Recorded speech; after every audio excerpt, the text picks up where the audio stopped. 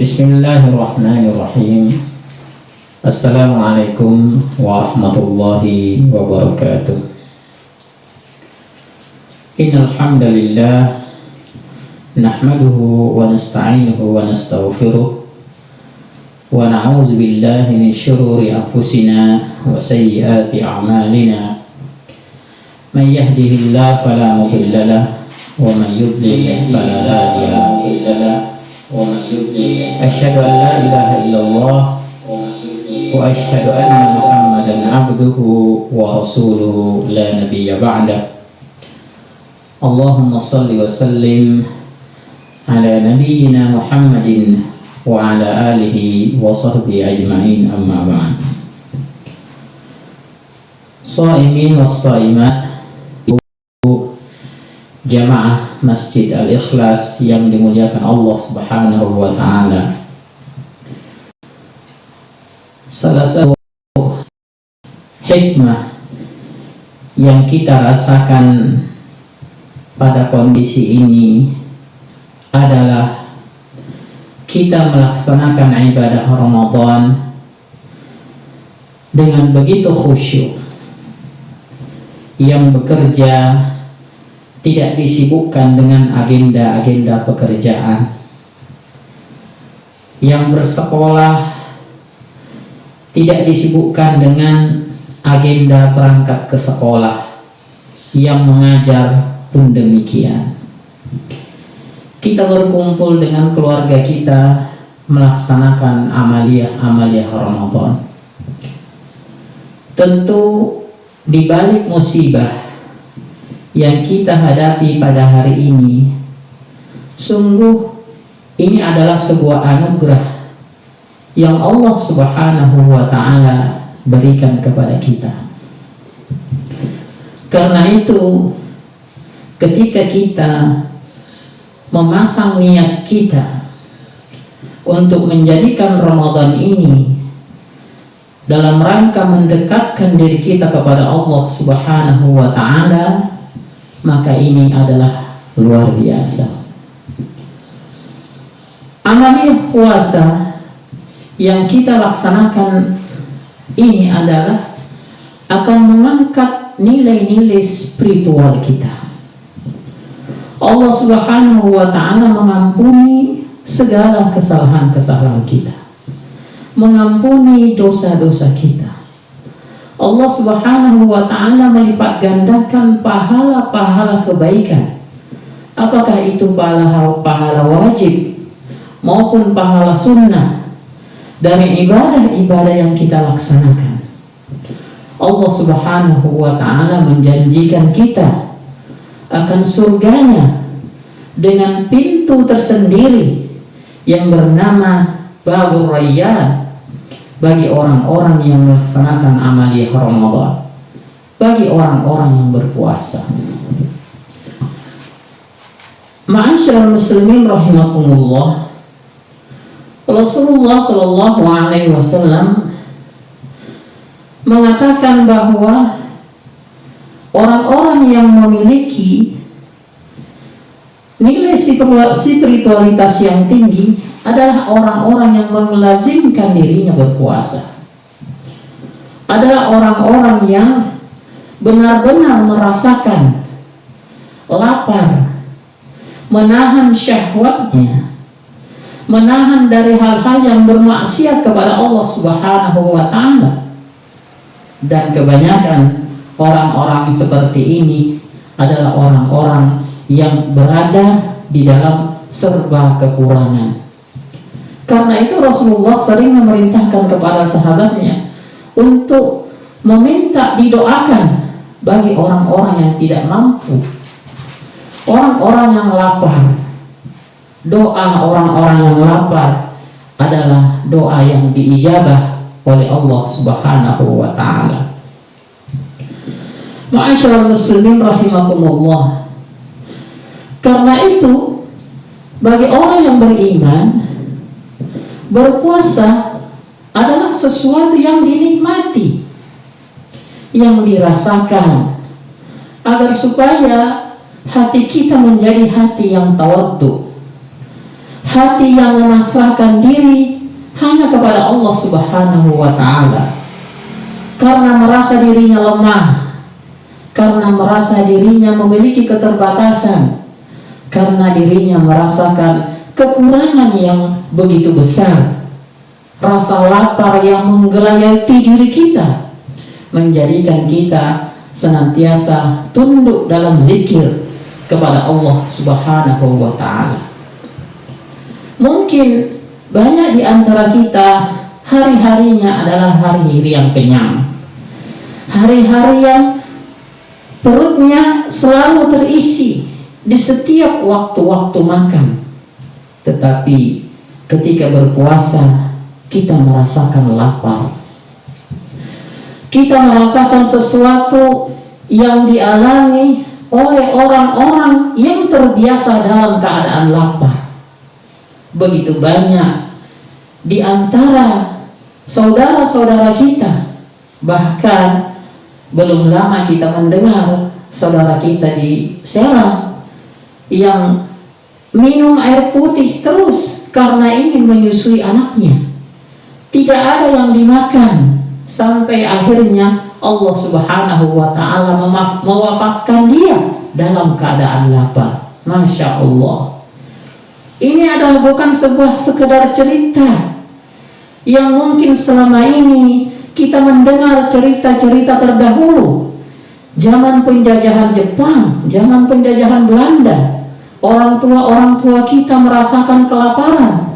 Akan tetapi kelaparan hari ini benar-benar dirasakan oleh. Karena itu hikmah Ramadan menjadikan diri kita taqayyub terhadap Ramadan, meleburkan diri kita dengan nilai-nilai puasa itu. Kita rasakan betul bagaimana rasanya dalam keadaan lapar, sehingga lapar itu adalah sesuatu yang dinikmati oleh orang-orang yang beriman. Bukan kita mencari hiburan, mencari permainan-permainan yang bisa menghilangkan atau kita merasakan lupa terhadap rasa lapar yang kita rasakan. Justru lapar itu kita rasakan dan kita nikmati. Dengan kita menikmati rasa lapar tersebut akan muncul ketundukan kepada Allah Subhanahu wa Ta'ala. Ma'asyiral muslimin rahimakumullah. Yang kedua adalah Allah Subhanahu wa Ta'ala mengatakan dalam surah Al-Baqarah ayat 185, Syahrul Ramadan allazi unzila fihi al-Qur'an. Bulan Ramadan adalah bulan di mana Allah Subhanahu wa Ta'ala menurunkan Al-Qur'an.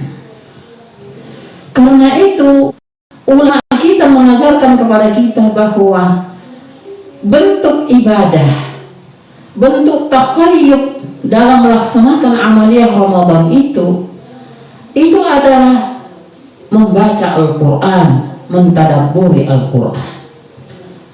Kenapa? Karena Ramadan dan Al-Quran adalah kedua-duanya memiliki kemuliaan yang tinggi. Al-Quran adalah hudan linnas, adalah petunjuk bagi manusia. Hudan lil muttaqin, petunjuk bagi orang-orang yang bertakwa. Sementara Ramadan adalah bulan yang sengaja Allah Subhanahu wa Ta'ala turunkan untuk kita beribadah kepada Allah Subhanahu wa Ta'ala melalui sebuah prosesi berpuasa. Karena itu Ramadan dan Al-Quran adalah sesuatu yang begitu indah. Allah Subhanahu wa Ta'ala datangkan dalam sebuah momentum yang sama, yaitu di bulan suci Ramadan.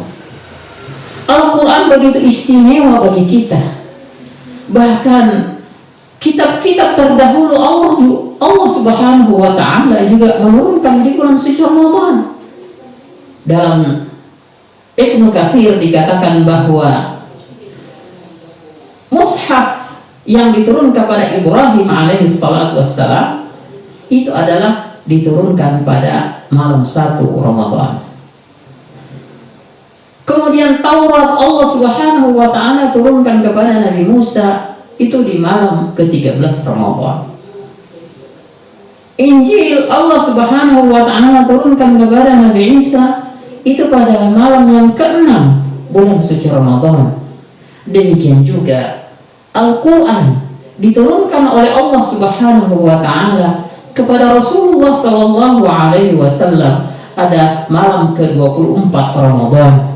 Dalam riwayat lain dikatakan Allah Subhanahu wa taala menurunkan pada tanggal 27 Ramadan.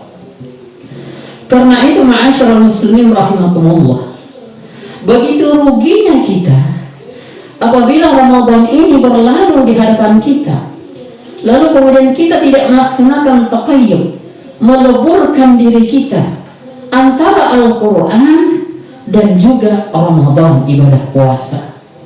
Al-Quran kita benar-benar bukan hanya sekedar membacanya, tetapi juga kita merenungkan maknanya. Ayat ada yang bisa kita hafalkan, kita mencoba memurojaah dari hafalan kita. Jadi 3 hal: pertama, membaca Al-Quran; yang kedua, kita berusaha untuk merenungkan, membaca terjemahan daripada Al-Quran, demikian juga tafsirnya; yang ketiga, kita mencoba untuk memurojaah dari hafalan yang kita punya. Ini adalah taqayyub, ini adalah bentuk peleburan diri kita terhadap Al-Quran di bulan suci yang mulia ini. Karena itu ma'asyiral muslimin rahimakumullah, inilah yang dijanjikan oleh Allah Subhanahu wa taala kepada kita. Dengan melaksanakan amaliyah Ramadan ini, maka Allah Subhanahu wa taala akan mengangkat derajat kita menjadi derajat orang-orang yang bertakwa, menjadi orang-orang yang mulia kedudukannya di hadapan Allah Subhanahu wa taala, menjadi orang yang dicintai oleh Allah Subhanahu wa taala. Dan sekiranya kita dipanggil oleh Allah Subhanahu wa taala untuk menghadapnya di akhir bulan ini, maka kita menghadap Allah Subhanahu wa taala dalam keadaan bertakwa. Dan sekiranya Allah Subhanahu wa taala memberikan kita kesempatan untuk hidup setahun lagi, maka kita hidup dalam keadaan bertakwa. Masya Allah, ini adalah sebuah kenikmatan yang luar biasa. Oleh karena itu, saya mengajak kepada diri saya sendiri dan kepada kita semua jamaah kaum muslimin dan muslimat, mari kita benar-benar memanfaatkan amaliyah Ramadan ini semata-mata untuk mendekatkan diri kita kepada Allah Subhanahu wa ta'ala. Kita nikmati hidangan apa adanya yang disediakan oleh keluarga kita, karena kita memang menyengaja diri kita untuk lapar. Apa yang disajikan oleh keluarga kita nikmati. Apakah itu hanya makanan-makanan sederhana? Kita tidak menjadi orang yang mencari kuliner-kuliner yang nikmat. Kenapa? Karena kita memang ingin berlapar-lapar di siang hari, dan kita ingin bertaqayyub kepada Allah, kita ingin bermunajat kepada Allah, ingin membaca Al-Quran, ingin berzikir, ingin tarawih di malam hari. Sehingga apa yang kita lakukan ini, Ramadan adalah bulan yang kita sederhana melaksanakannya dalam keadaan yang serba sulit, dalam keadaan ekonomi yang sulit. Lalu kemudian Allah Subhanahu wa ta'ala insya Allah dengan kondisi yang seperti ini, Allah Subhanahu wa ta'ala akan memberikan kepada kita derajat yang tinggi, menjadi hamba-hamba Allah Subhanahu wa ta'ala yang dicintainya, yang pada akhirnya Allah Subhanahu wa ta'ala memanggil kita, ya ayyatuhan nafsul mutmainnah, irji'i ila rabbika radiyatan mardiyah fadkhuli fi ibadi wadkhuli jannati. Wahai hamba-hambaku yang kucintai, hamba-hambaku yang hatinya adalah hati yang selamat, hati-hati yang kurahmati, kembalilah kalian kepadaku dalam keadaan aku ridho kepada kalian, aku mencintai kalian, dan engkau pun rindu untuk bertemu denganku. Maka masuklah kalian ke dalam kelompok-kelompok hamba-hambaku yang kucintai, dan masuklah kalian ke dalam surgaku. Panggilan Allah Subhanahu wa ta'ala yang diberikan kepada kita, dan kita adalah salah satu dari yang dipanggil oleh Allah Subhanahu wa ta'ala dengan panggilan yang indah. Mudah-mudahan Ramadan ini adalah Ramadan yang terbaik bagi kita, Ramadan yang mengantarkan kita ke dalam surganya Allah Subhanahu wa Ta'ala. Itu saja yang bisa saya sampaikan. Mudah-mudahan ada manfaatnya. Aku qouli hadza wa astaghfirullahal azim wa billahi taufiq wal hidayah. Wassalamualaikum warahmatullahi wabarakatuh.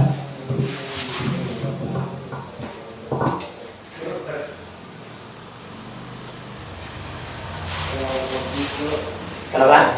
Banyak juga yang nonton. Oh, banyak orang. Banyak juga yang nonton. Halo Ustaz Yusuf.